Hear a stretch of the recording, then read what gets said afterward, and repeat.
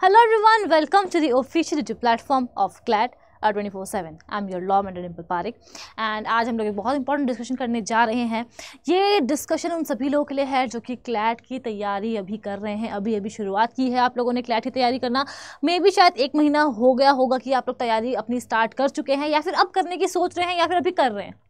सभी लोगों के लिए आज की ये वीडियो होने वाली है, तो मेरे साथ आप लोग एंड तक बने रहिएगा बिकॉज आज हम लोग उन पर्टिकुलर चीज़ों के बारे में बात करने वाले हैं जो आप लोग और 100% हर स्टूडेंट मिस्टेक्स को कमिट करता है जब भी क्लैट की तैयारी करता है। मैं खुद इन पर्टिकुलर मिस्टेक्स को कमिट कर चुकी हूँ और शायद इसीलिए आज आप लोगों को बताने आई हूँ कि भाई ये मत करना, ठीक है। तो सबसे पहले अगर हम लोग यहाँ पर बात करें तो सबसे पहले इंपॉर्टेंट चीज़ जो है वो ये कि हमेशा हर एक कैंडिडेट ये गलती करता है कि मुझे एक दिन में सारे सेक्शंस को पढ़ना है। ये चीज़ गलत है। आप अपना एक स्टडी प्लान इस हिसाब से बनाओ कि भाई अभी मेरे पास समय है, मैं चीज़ों को अभी समय दे सकता हूँ, टाइम है मेरे पास, पहले मुझे बेसिक्स को क्लियर करना है। और उसके लिए आप अगर एक दिन में 5 अपने सेक्शंस पढ़ने बैठ जाओगे तो वो पॉसिबल हो ही नहीं पाएगा। किसी भी चीज़ को आप समझ नहीं पाओगे, पूरी की पूरी खिचड़ी बन जाएगी एक। तो अगर आप वो खिचड़ी जो पकाने से बचना चाहते हैं तो आपको क्या करना है कि आप किसी 2 पर्टिकुलर सब्जेक्ट को ले लो कि भाई देखो मेरी मैथ्स बहुत वीक है तो मैं एक काम करता हूँ, मैथ्स को तो हमेशा रखता हूँ मैं, जो मेरा वीक है उसमें 5 दिन में मैथ्स को ज़रूर से दूंगा। और मैथ्स के साथ आप अपने सब्जेक्ट्स को चेंज करते जाओ कि कभी आपने इंग्लिश पढ़ लिया, कभी आपने कुछ और पढ़ लिया, कभी आपने लीगल पढ़ लिया, कभी आपने लॉजिकल पढ़ लिया।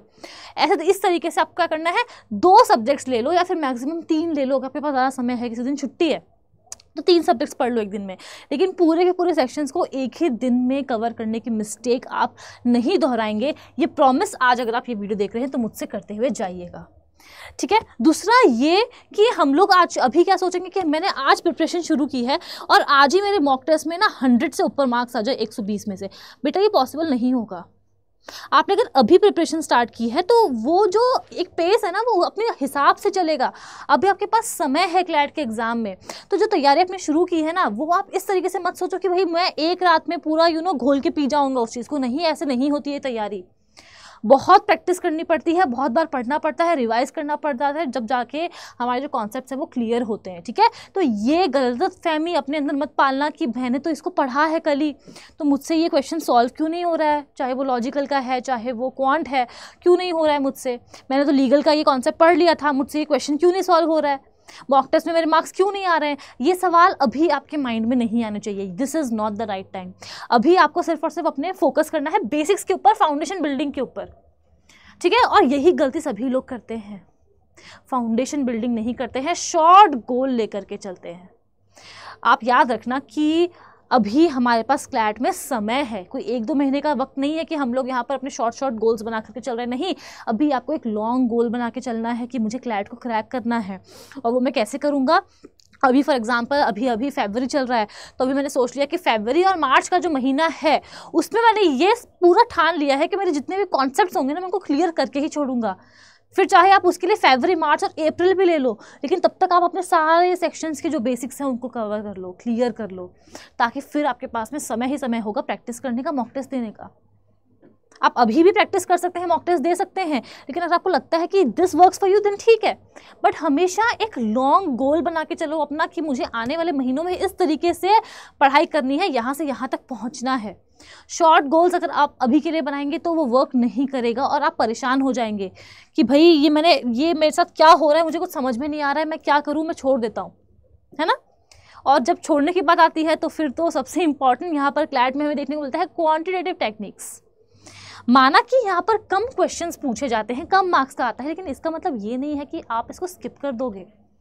आई होप आपको पता है कि नेगेटिव मार्किंग होती है ना। तो यहाँ पर नेगेटिव मार्किंग पे भी हम लोगों को वर्क करना है। और आप लोग ये ध्यान रखिएगा कि यहाँ पर हमें तुक्का नहीं मारना है या फिर पूरे सेक्शन को छोड़ना नहीं है, बिकॉज छोड़ेंगे या फिर तुक्का मारेंगे तो नेगेटिव मार्किंग हो जाएगी। और अगर छोड़ देंगे हम लोग तो फिर हम लोग बहुत पीछे रह जाएंगे हमारी रैंक्स में। आपको पता ही है इस साल क्या हुआ है, कंपटीशन इतना हाई है कि हम लोग कोई चांसेस नहीं ले सकते हैं।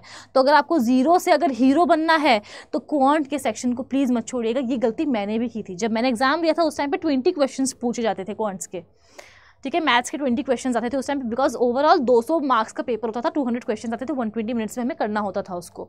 नेगेटिव मार्किंग उतनी ही थी, -0.25। ठीक है। तो इन दैट केस यहाँ पर हम लोग को क्या देखने को मिला, मुझे क्या देखने को मिला कि बहुत ज़्यादा इंपैक्ट आया मेरे रैंक में, बिकॉज उन 20 में से मैं सिर्फ और सिर्फ 2 क्वेश्चन ही कर पाई। क्यों? बिकॉज मैं भाग रही थी। मैंने मॉक टेस्ट दिया, मैंने एनालाइज भी किया, फिर भी मैंने चीज़ों को सही करने की कोशिश नहीं की। तो ये गलती आप मत करिएगा, बिकॉज ये गलतियाँ बहुत भारी पड़ती है। आपका जो एक कदम होता है ना, एक स्टेप पीछे जो आप होते हो अपने ड्रीम कॉलेज जाने के, ठीक है, वो आपका सपना छूट सकता है इस वजह से, अगर आप कोई भी सेक्शन छोड़ देते हो तो।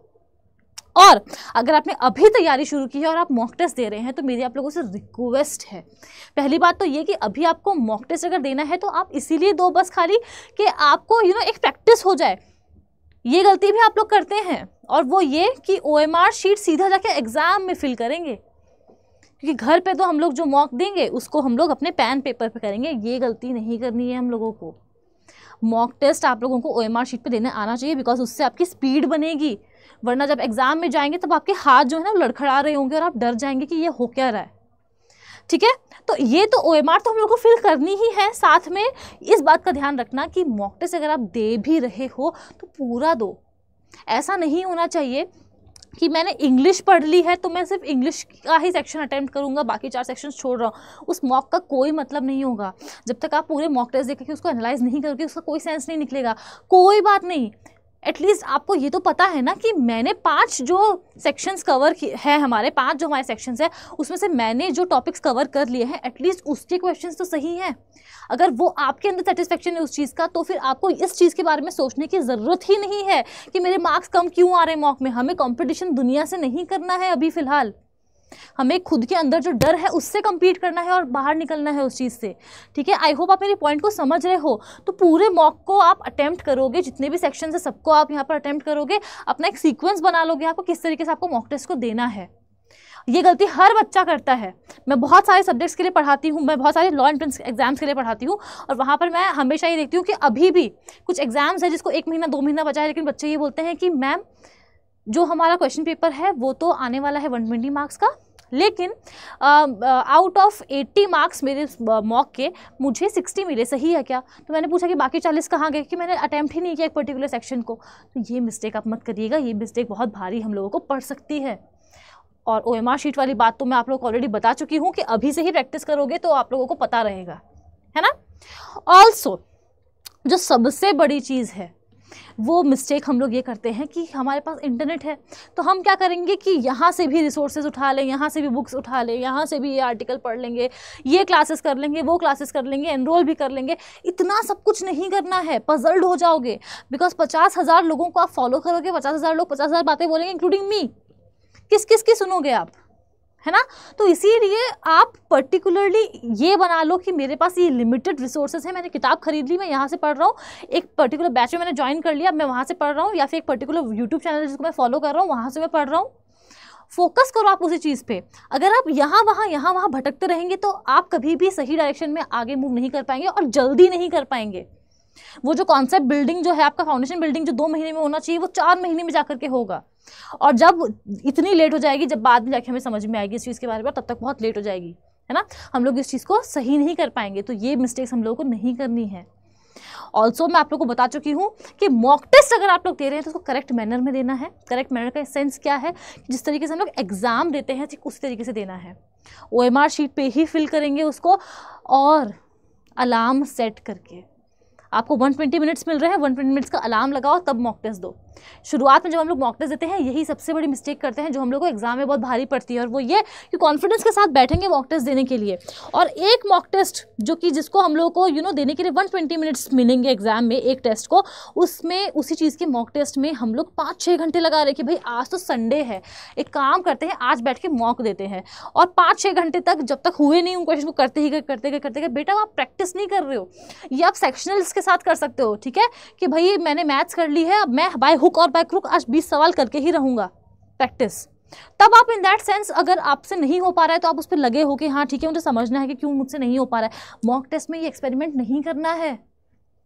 कुछ क्वेश्चंस ऐसे होंगे जो आपको छोड़ने होंगे, वो आपको अभी से ही समझ में आना चाहिए, ठीक है। हर क्वेश्चन को अटेम्प्ट नहीं करना है मॉक में, 120 में से 120 क्वेश्चन अटेम्प्ट नहीं करना है, नेगेटिव मार्किंग है। तो ये कुछ तरीके हैं जो आपको अप्लाई करने हैं और इस तरीके से आपको मॉक टेस्ट नहीं देना है। And most importantly not taking breaks. हम में से बहुत सारे लोग ऐसे होते हैं जिन लोगों को लगता है कि बस अभी से एकदम अगर दौड़ना शुरू कर देंगे तो फिर रेस में हम लोग फर्स्ट आ जाएंगे। नहीं, अगर आप अभी से ही इस रेस में दौड़ना शुरू कर देंगे तो आप थक जाएंगे। समझ रहे हैं आप मेरी बात को? अभी एग्जाम में समय है तो हम लोग को उसी हिसाब से काम करना है, बिकॉज मैं नहीं चाहती कि आप लोग बाद में जाकर के मतलब फोकस ना कर पाओ, एकदम ड्रेन्ड हो जाओ। ये नहीं करना है हम लोगों को। तो मेरी आप लोगों से रिक्वेस्ट है कि अगर आप हफ्ते में 6 दिन पढ़ रहे हैं, क्लैट को दे रहे हैं, तो संडे को क्या कर लो कि कोई एक पर्टिकुलर टेस्ट दे लो या फिर एक मॉक टेस्ट लगा लो 120 मिनट्स का, उसको एनालाइज कर लो। ठीक है, कितना टाइम लगेगा? 1 घंटा मैक्सिमम। और फिर उसके बाद में आप रेस्ट ले सकते हो। फिजिकल एक्टिविटीज़ करो, बहुत इंपॉर्टेंट है आपके लिए। बट अगर आपको पूरे वीक पढ़ने को ही नहीं मिल रहा है क्लैट, क्योंकि आपके 12th के बोर्ड्स के एग्ज़ाम है या फिर आप 11th में हैं, तो कोई बात नहीं, संडे को पढ़ लो।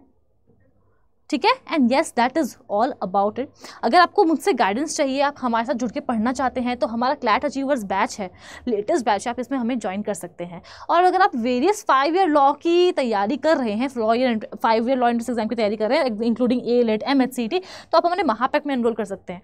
तो जैसे जैसे बैचेस आते रहेंगे आपको सारे बैचेस का एक्सेस मिलते रहेगा।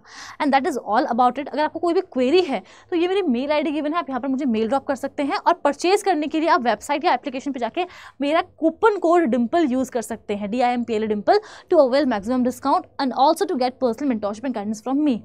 मैंने भी 2017 में क्लैट क्रैक किया था एंड आई नो डेफिनेटली आप भी कर लेंगे। बस ज़रूरत है अगर आपको किसी चीज़ की, तो वो है राइट गाइडेंस की और सही ट्रैक पे चलने की।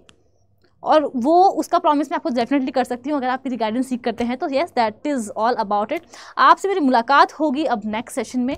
अगर आप चैनल पे पहली बार आए हैं तो सब्सक्राइब ज़रूर से कर दीजिएगा और इस वीडियो को लाइक भी कर दीजिएगा। Thank you.